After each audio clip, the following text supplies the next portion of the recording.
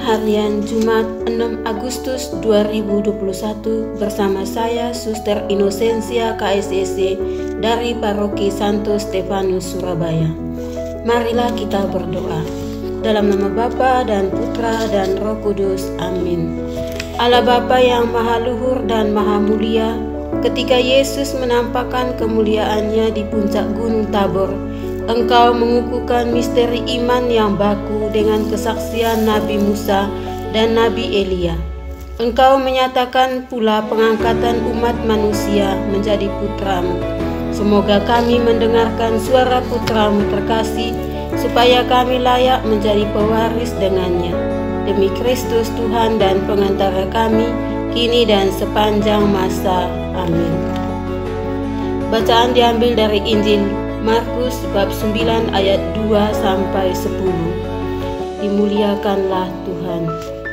6 hari kemudian, Yesus membawa Petrus, Yakobus dan Yohanes, dan bersama-sama dengan mereka, Ia naik ke sebuah gunung yang tinggi. Di situ mereka sendirian saja. Lalu Yesus berubah rupa di depan mata mereka, dan pakaiannya sangat putih berkilat-kilat. Tidak ada seorang pun di dunia ini yang dapat mengelantang pakaian seperti itu. Maka nampaklah kepada mereka Elia bersama dengan Musa. Keduanya sedang berbicara dengan Yesus. Kata Petrus kepada Yesus, "Rabi, betapa bahagianya kami berada di tempat ini. Baiklah kami dirikan 3 kemah, satu untuk Engkau, satu untuk Musa, dan satu untuk Elia." Ia berkata demikian sebab tidak tahu apa yang harus dikatakannya, karena mereka sangat ketakutan.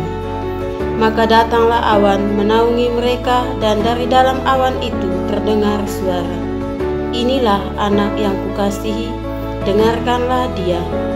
Dan sekonyong-konyong waktu mereka memandang sekeliling mereka, mereka tidak melihat seorang pun lagi bersama mereka kecuali Yesus seorang diri. Pada waktu mereka turun dari gunung itu, Yesus berpesan kepada mereka supaya mereka jangan menceritakan kepada seorang pun apa yang telah mereka lihat itu, sebelum Anak Manusia bangkit dari antara orang mati.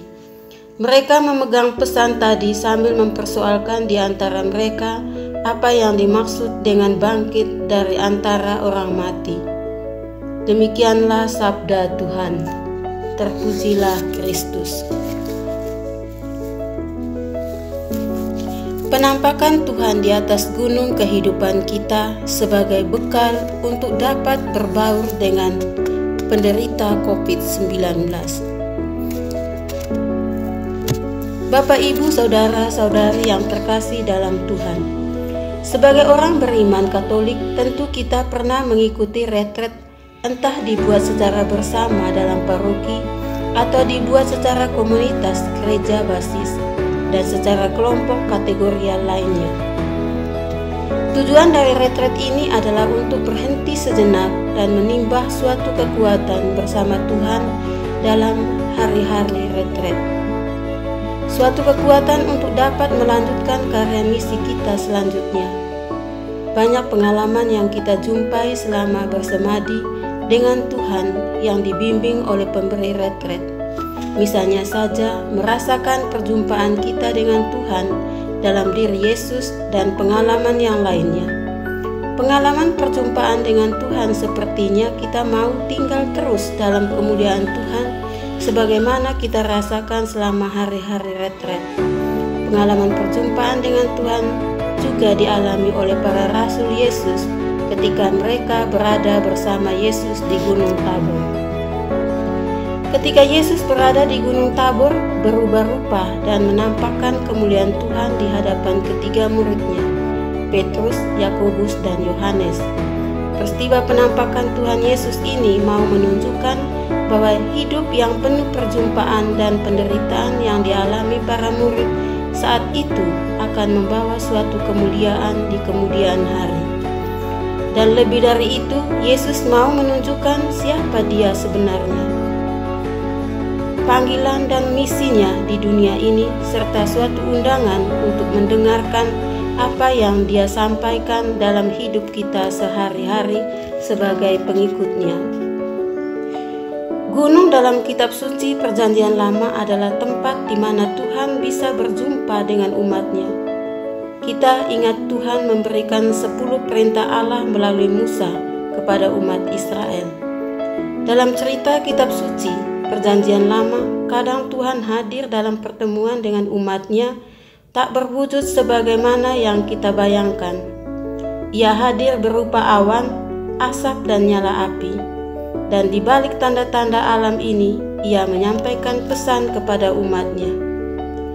Kisah Injil hari ini, Tuhan menampakkan diri-Nya dari balik awan yang menaungi para murid, dan di balik awan itu terdengarlah suara, "Inilah anak yang kukasihi, dengarkanlah dia." Di manakah gunung dalam kehidupan kita sehari-hari untuk mengalami penampakan dan mendengarkan apa yang dikatakannya dalam hidup dan karya misi kita masing-masing? Bapak, Ibu, saudara-saudari yang terkasih dalam Tuhan, setelah mengalami penampakannya di atas Gunung Tabor, Yesus mengundang para murid-Nya untuk turun dari gunung. Walaupun Petrus dengan antusiasnya hendak membangun 3 tenda, satu untuk Yesus, satu untuk Musa, dan satu lagi untuk Elia. Namun, Yesus tidak mau dengan tawaran palsu itu. Yesus ingin melanjutkan karyanya di tengah orang-orang yang menderita. Karena itu, Ia mengundang para murid-Nya untuk turun dari gunung. Yesus mengajak murid-Nya dan kita semua sebagai pengikut-Nya agar kita tetap setia dengan panggilan dan tanggung jawab kita masing-masing. Peristiwa penampakan di atas gunung hanya sebagai modal dan kekuatan baru untuk dapat memulai dan melanjutkan karya dan tugas perutusan sebagai murid-Nya. Yesus mengajarkan kepada para murid dan kita sebagai pengikut-Nya bahwa siapa yang mengikuti Dia hendaknya menyangkal diri, memanggul salib, dan mengikutinya. Atau dengan kata lain, Yesus tidak langsung bangkit dari kubur, tetapi Ia mengikuti suatu proses menderita, wafat, dan bangkit dari kubur pada hari ketiga. Dalam kehidupan kita sehari-hari, kadang kita lebih sering menghidupi pola pikir instan yang dimiliki Petrus tanpa mendengarkan apa yang disampaikan oleh Yesus dalam diri kita sebelum kita memutuskan sesuatu. Sebagai orang yang terpanggil untuk memberikan kesaksian akan Yesus yang bangkit, hendaknya kita mengenal siapakah Yesus dalam hidup kita sebagai abdi-Nya. Karena itu, kita sebagai orang yang terpanggil hendaknya selalu mencari peristiwa penampakan Tuhan Yesus sebagai bekal untuk dapat meneruskan tugas perutusan kita di tengah dunia yang semakin canggih dan serba digital di zaman kita sekarang. Di manakah kita bisa menemukan penampakan Tuhan dalam kehidupan kita sehari-hari? Kita dapat berjumpa penampakan Tuhan dalam kehidupan bersama di tengah keluarga, di komunitas gereja basis, dalam tempat tugas kita masing-masing, setiap kali kita berdoa rosario, doa pribadi, baca kitab suci, dan yang paling sering kita jumpai, penampakan Tuhan dalam perayaan Ekaristi setiap hari. Sebagai pengikut Kristus, kita hendaknya tetap setia dan menghayati iman kita yang telah kita terima dalam pembaptisan dan dipanggil serta diutus sebagai murid-Nya untuk bersaksi tentang Tuhan yang menampakkan diri dalam seluruh hidup kita masing-masing, karena dalam menghayati panggilan dan perutusan kita dengan setia di sana kita berjumpa dengan Tuhan yang menampakkan diri kepada kita dan sesama yang kita jumpai. Bapak, Ibu, umat Allah yang dikasihi Tuhan, kita sedang memasuki bulan Agustus sebagai bulan yang secara istimewa melihat kembali makna hidup kita masing-masing sesuai dengan panggilan kita. Dalam bulan panggilan ini, kita diundang untuk dapat memberi kesaksian Tuhan yang telah menampakkan dirinya kepada kita dalam diri saudara-saudari yang sedang menderita berbagai penyakit, terlebih saudara-saudari kita yang terinfeksi COVID-19 dan sedang dirawat di rumah sakit dan di rumah mereka masing-masing. Tuhan tetap dan terus menampakkan dirinya dalam saudara-saudari kita yang sedang dirawat itu.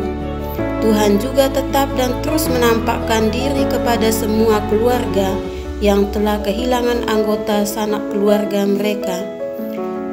Tuhan tidak hanya menampakkan dirinya kepada mereka, tetapi merasa solider dengan mereka yang kehilangan anggota keluarganya. Bapak Ibu umat Allah yang dikasihi Tuhan, mari kita menjadi saksi penampakan Tuhan dalam diri mereka semua dan semua keluarga yang sudah kehilangan sanak saudaranya karena COVID-19. Mari kita berani turun dari gunung keangkuhan hidup kita masing-masing untuk dapat membagikan penampakan Tuhan yang kita alami sehari-hari kepada sesama kita yang menderita miskin dan sakit di masa wabah pandemi coronavirus yang sedang kita alami saat ini. Hanya dengan iman dapat memampukan kita untuk bisa mengalami penampakan Tuhan dalam seluruh penderitaan dan karya pelayanan kita sehari-hari sebagai orang yang terpanggil dan pengikut Kristus yang setia. Semoga. Mari kita berdoa. Ya Bapa, ajarilah kami untuk senantiasa menerima putra-Mu dan mendengarkan ajaran-ajarannya, sehingga hidup kami semakin berkenan bagi-Mu dan makin banyak orang mengenal dan memuliakan nama-Mu di tengah situasi yang mengancam kehidupan dunia saat ini. Semoga kami semakin menjadi serupa dengan putra-Mu yang sudah Kau tampakkan kemuliaannya dalam peristiwa gemilang di atas Gunung Tabor. Demi Kristus Tuhan dan pengantara kami, kini dan sepanjang segala masa. Amin.